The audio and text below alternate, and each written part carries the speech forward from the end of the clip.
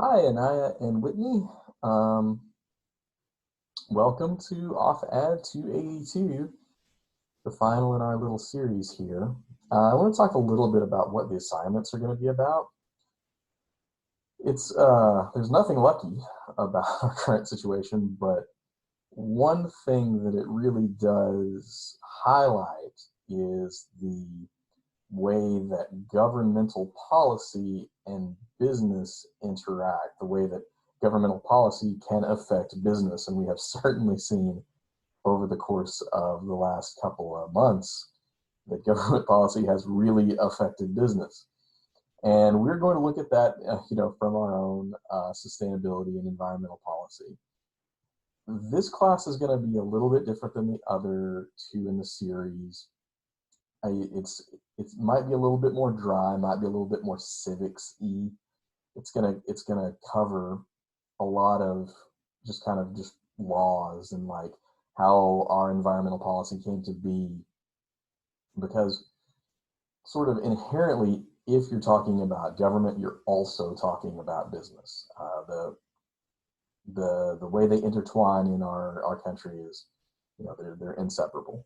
And as we go, we'll look at different policies on a federal level, on a local level. We'll look at some other countries. We'll look at other states, and then we'll also kind of look at some, ways that environmental policy is getting pushed back against, kind of, I want to say, anti-environmental policy. We'll look at that too a little bit. The final project for you guys, I'm still putting all of your assignments together. I believe I have the first three completed. They'll all be complete very soon, by the time you get there at least. The final project, it's going to be a little different.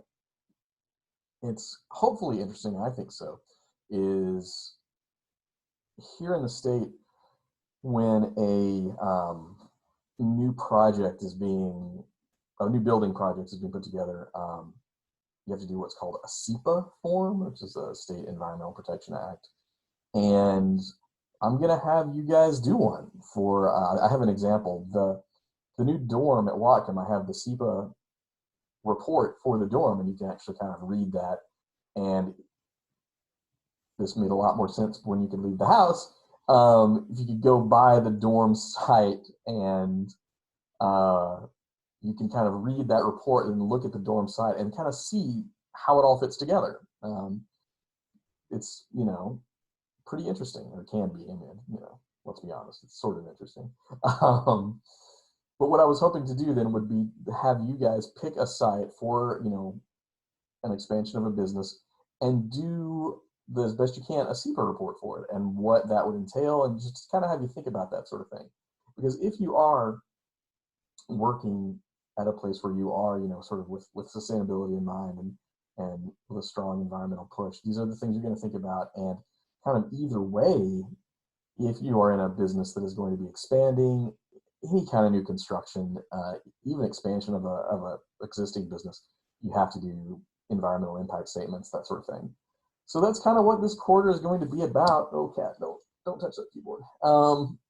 So yeah, we will talk soon. If you have any questions, of course, let me know.